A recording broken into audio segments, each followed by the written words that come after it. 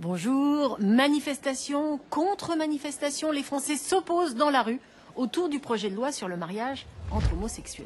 En fait, partout en Europe, ce sujet divise les populations et seuls 6 États membres sur 27 autorisent déjà des personnes du même sexe à convoler en juste noces. Pourtant, même si la vie reste difficile lorsque l'on est homo, les Européens deviennent dans l'ensemble beaucoup plus tolérants. Nous partons en Pologne, un pays qui a toujours été très réfractaire, puis direction l'Allemagne qui revient de très loin, avec un petit détour par la Savoie.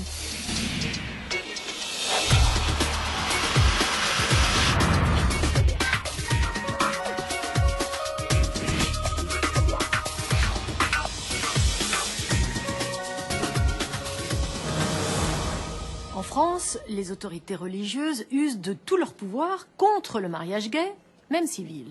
Autre pays, autres mœurs. En Suède et au Danemark, l'Église d'État est obligée d'accepter de bénir l'union de 2 personnes du même sexe. Nous partons en Pologne. Les Polonais, tous catholiques, sont majoritairement contre le mariage homo, mais les citoyens évoluent quand même, puisqu'ils ont élu un homo et une transsexuelle au Parlement. C'est un rituel. Chaque matin, Anna et Iga sortent leur petite chienne. Indifférentes au regard des passants, les 2 femmes assument sans complexe leur homosexualité. Iga et Anna s'aiment et vivent ensemble depuis 17 ans. Une longue histoire d'amour et autant de souvenirs. Ça, c'était à la mer Baltique. Ensemble, elles ont découvert la France, où le mariage homosexuel est en débat. J'espère qu'arrivera un jour où les couples comme nous pourront enfin se marier. Les 2 femmes portent une alliance, symbole de leur amour. Et pourtant, aux yeux de la loi polonaise, leur couple n'existe pas. Concrètement, si moi je meurs, j'ai prévu par mon testament de léguer mes biens à Anna. Mais elle devra payer l'impôt sur la succession, un impôt à 20%, car devant la loi, nous n'avons aucun lien. On est considérés comme étrangères l'une à l'autre, on n'est pas traités comme un couple. Les 2 femmes ont été baptisées comme la plupart des Polonais, mais elles ne pratiquent plus. Elles ne trouvent pas leur place dans l'Église catholique. Il est 6 heures du matin et la cathédrale de Varsovie est pleine. Le père Émile n'a qu'une vingtaine d'années. Le prêtre affirme ne pas juger les homosexuels, mais il défend une position très conservatrice. Une personne peut être homosexuelle, mais à condition de travailler sur elle-même, sur sa personnalité. Si cette personne a ce que l'Église appelle des désirs déviants, elle doit, par des formations, par des thérapies, tout faire pour rester un bon catholique, en choisissant de ne pas commettre d'actes homosexuels. Lazarki, l'une des plus grandes facs de droit de Varsovie. Les étudiants ne rendent pas la vie facile à leurs camarades homo. Yacoub en a fait les frais à la dernière Saint-Valentin. Quand j'ai reçu cette carte, ce qui m'a le plus marqué, c'est que la personne est découpée elle-même le cœur et dessinée à la main le signe « Interdit aux pédales ». La personne a consacré du temps à faire ça. Je ne comprenais pas pourquoi quelqu'un avait passé autant de temps pour faire ça, juste pour me blesser. Étudiant en droit, Yacoub est très au fait de la loi polonaise et surtout de ses lacunes concernant les droits des homosexuels. En Pologne, on peut être homophobe en toute légalité. Bien sûr que je ressens de la colère. J'espère que tout ça va changer. J'étudie le droit aussi pour ça. Je découvre plein de choses sur la Constitution qui sont contradictoires. D'un côté, on interdit les injustices et de l'autre, on laisse libre champ à la discrimination. La loi n'évolue pas, mais les choses avancent malgré tout. Il y a quelques années, il était de bon ton parmi les étudiants de se revendiquer homophobe. C'était le cas de Mateusz, mais sa position a évolué. Ok, je peux avaler encore le mariage pour les homos, mais je suis contre le fait qu'ils élèvent ensemble des enfants. Pour moi, les enfants doivent grandir dans une maison normale, avec comme père un homme et comme mère une femme. Petite révolution au Parlement polonais. Il y a un an, un député officiellement gay a rejoint les bancs d'une assemblée très conservatrice. Parce qu'il assume clairement son orientation sexuelle, Robert Biedroń a dû se battre plus que les autres pour en arriver là. Quand j'ai déposé ma candidature, j'ai dit que j'étais gay. Et je me rappelle des premières élections. La présidente de l'Assemblée a dit que des personnes comme moi ne devraient pas se présenter à une fonction publique. Parce que pour elle, l'homosexualité était une maladie. Robert Biedroń milite depuis 11 ans dans l'association Campagne contre l'homophobie. Ici, on dénonce les agressions et on finance des campagnes d'affichage pour rendre plus visibles les gays et les lesbiennes dans la société civile. Et il y a du travail. Même à Varsovie, la capitale, on compte moins de 10 bars ou boîtes gays, souvent cachés au fond d'une arrière-cour. Dans l'une d'elles, le garage, nous retrouvons Jakub.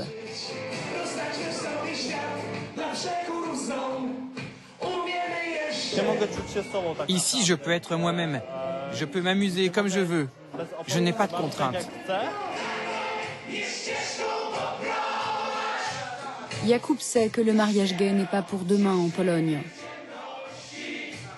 Mais à 20 ans, il n'y pense pas. Aujourd'hui, il veut surtout pouvoir vivre comme il l'entend, sans avoir besoin de se cacher. La société française s'ouvre petit à petit vers plus de tolérance, mais être gay ou lesbienne et vivre ouvertement en couple reste très difficile. Nous partons en Savoie, dans la station de sport d'hiver de la Toussuire. Florence vient d'y ouvrir un hôtel réservé aux homos. Bienvenue en principauté de Comborcières, sur les hauteurs de la station de la Toussuire. Les drapeaux annoncent la couleur. Vous entrez en pays gay et lesbien. Sans faire de ségrégation, je pense que les gens, parfois, ont besoin de se retrouver entre eux. Alors, je ne dis pas qu'il faut que des hôtels gays, mais je pense que c'est nécessaire. Un simple exemple, vous avez par exemple des mamans ou des papas qui sont homoparentaux. C'est bien qu'ils se rencontrent avec d'autres couples pour évoquer la scolarité, pour évoquer comment ça se passe, etc. Et je pense que d'un point de vue humain, c'est très important cet hôtel. Florence souhaite préserver l'intimité de ses pensionnaires. Elle nous reçoit hors de leur présence. Cet hôtel de 13 chambres a été créé en lieu et place de la pension familiale où elle a grandi. Après une carrière de directrice du développement, elle revient au pays pour lancer cet hôtel gay, un concept né de sa propre expérience de vacances en couple homosexuel. Quand vous prenez le milieu gay, il n'y a que des bars, des saunas. Les gens parlent où ? Où s'exprime l'homosexualité? Nulle part, finalement. Elle est exprimée par qui, l'homosexualité? Par les hétérosexuels, jamais par les homosexuels. Et je trouvais que créer ce lieu était intéressant. En bas, dans la station de la Toussuire, la présence d'un établissement dédié à la communauté gay ne pose aucun problème. Dans la petite commune de Comborcières, où l'hôtel est implanté, le maire comme ses concitoyens considèrent qu'il fait désormais partie du paysage. Tiens, je t'amène le sapin, ils l'ont livré ce matin. Ah, merci. Du coup, j'ai vu la route. Je pense pas qu'à la Toussuire, on en soit... Je crois qu'on a dépassé. Je dis pas qu'au début, ça n'a pas été difficile pour Flo. J'étais pas maire, donc je ne pouvais pas savoir. Mais aujourd'hui, je pense que tout est rentré dans un cadre normal. Et non, ça choque plus personne, ça fait plus... D'ailleurs, il n'y a jamais personne qui m'en parle, jamais... Non, Flo est bien accueillie partout où elle va. Au cœur du 4e domaine skiable d'Europe, la neige est là. La saison s'annonce prometteuse. Florence Auger peut être fière de son hôtel qui, dès le mois d'avril, va faire l'objet d'importants travaux pour accrocher 3 étoiles à son enseigne. Mais la princesse de Comborcières rêve aussi d'un avenir où son hôtel n'aura plus besoin d'afficher sa différence. Il y a 4 ans, à Berlin, était inauguré un monument à la mémoire des victimes homosexuelles du nazisme. Nous partons en Allemagne, un pays qui est désormais très loin de tout cela et qui protège les homosexuels, quitte à les laisser s'enfermer dans une forme de communautarisme, témoin cette maison de retraite qui vient juste de s'ouvrir dans la capitale. L'hiver a rattrapé Berlin. Tant bien que mal, Peter presse le pas pour retrouver sa maison de retraite.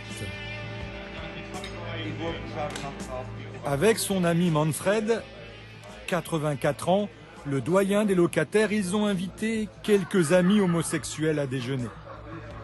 La résidence se veut largement ouverte sur l'extérieur. C'est la volonté en tout cas du concepteur des lieux, Bernd Geiser.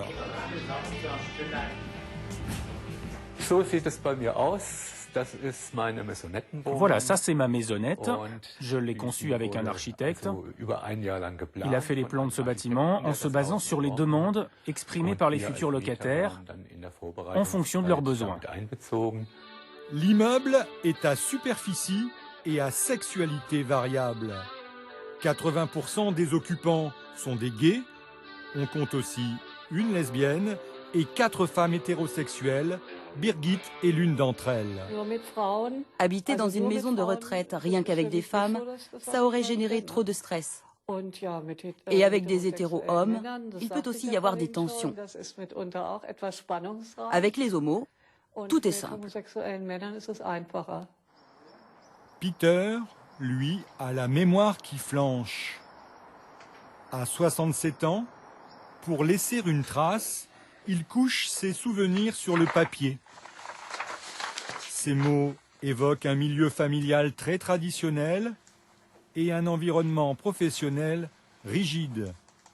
Alors, son coming out, il a attendu l'âge de 42 ans pour le faire. Il est enfin un homo retraité, heureux. Cette maison, c'est un projet global, entièrement conçu par et pour les homosexuels. Ici, on peut évoquer nos problèmes spécifiques. Ça veut dire que je peux parler de sexualité sans que l'on me regarde de travers. Ici, on se comprend, et ça, c'est très important. Dans cette maison, l'homosexualité est assumée, revendiquée. Le directeur de l'établissement est gay, le personnel administratif est gay, l'équipe du restaurant, elle est composée de sourds-muets et de handicapés mentaux légers. Oui, mais ils sont tous gays ou lesbiennes. Et dans le secteur médicalisé de la résidence, la majorité des infirmiers est également homosexuelle. Bonjour et bon appétit. Voilà, nous sommes dans l'appartement médicalisé. 8 hommes habitent ici en permanence. Ils sont malades et ont besoin de soins. On peut les aider aussi à se laver, à s'habiller. Et des infirmiers sont présents 24 heures sur 24. Si ces personnes dépendantes sont regroupées dans cet appartement, c'est aussi pour qu'à la maladie ne vienne pas s'ajouter l'isolement.